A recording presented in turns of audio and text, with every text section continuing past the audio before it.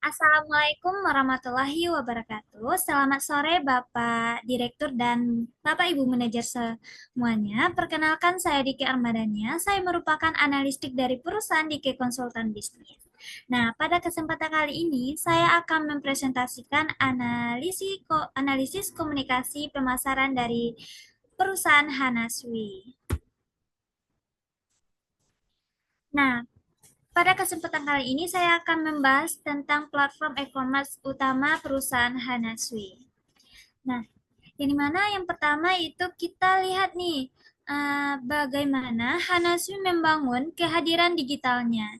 Nah, secara umum Hanaswi sangat aktif di berbagai platform e-commerce besar.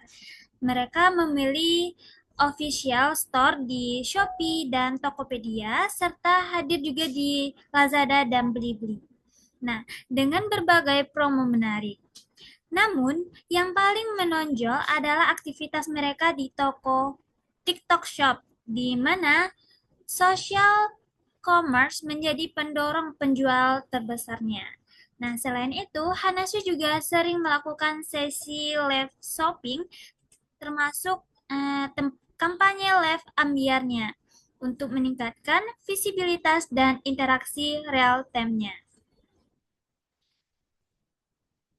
Nah, di sini uh, kita lihat nih bagaimana strategi komunikasi pemasaran pada perusahaan Hanasu ini.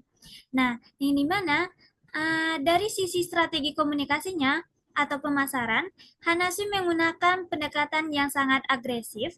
Mereka mengedepankan interaksi langsung melalui live, menciptakan sense of urgensi lewat diskon besar-besaran. Nah, serta memposisikan diri sebagai produk lokal berkualitas premium.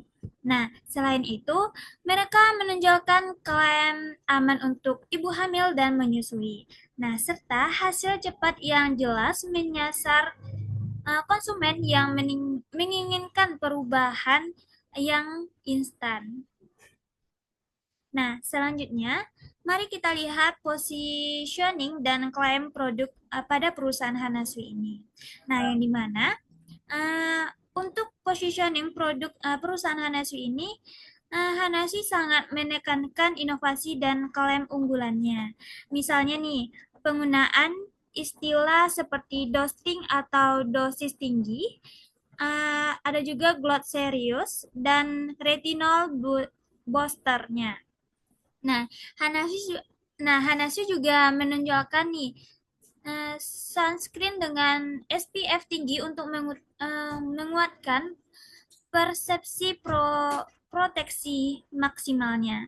Nah, namun beberapa klaim mereka dinilai berlebihan atau overclaim, seperti janji kulit cerah dalam hitungan hari atau earworm, eh, atau ulasan konsumen menjadi faktor penting dalam membangun brand trust mereka.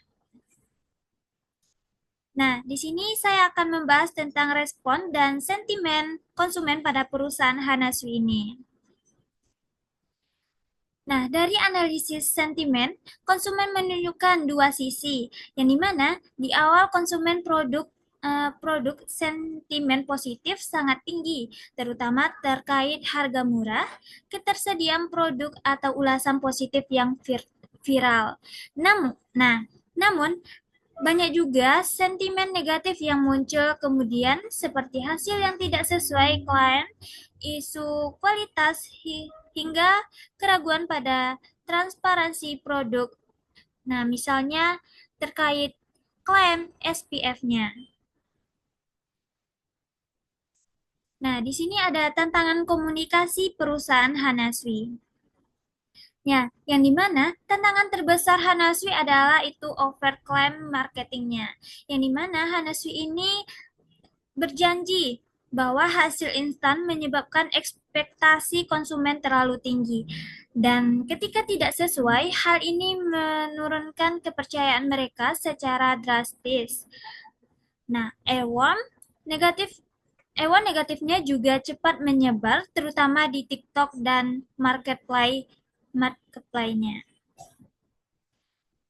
Nah, di sini ada juga rekomendasi dan solusi strategi untuk perusahaan Hanaswi dari perusahaan kami, ya, perusahaan DK Konsultan Bisnis, yaitu, nah, dari strategi analisis tersebut, kami dari perusahaan DK Konsultan Bisnis memberikan beberapa rekomendasi nih untuk perusahaan Hanaswi, yang dimana komunikasi lebih transparan. Nah, sebaiknya perusahaan Naswi menyampaikan klaim secara lebih realistis dan berbasis data. Nah, selanjutnya mengurangi hard selling-nya dengan menambahkan konten edukasi yang lebih informatif. Nah, yang ketiga, strategi respon krisis. Nah, brand perlu memiliki penanganan komplain yang jelas dan profesional. Dan yang keempat, diversifikasi komunikasi. Nah, tidak hanya bergantung pada owner saja, tetapi melibatkan ahli seperti dermatologisnya. Nah, untuk kesimpulannya, strategi komunikasi Hanaswi memang sangat efektif untuk penjualan jangka pendek. Namun, untuk penjualan jangka panjang, perbaikan kredibilitas perlu dilakukan agar kepercayaan konsumen kembali pulih. Nah, fokus utama ke depan adalah membangun komunikasi yang jujur, edukatif, dan bertanggung jawab. Nah, mungkin demikian presentasi dari saya di K Armadanya. Terima kasih atas perhatian teman-teman atau Bapak Ibu Manajer dan Bapak Direktur semuanya. Saya sudahi dengan Assalamualaikum warahmatullahi wabarakatuh.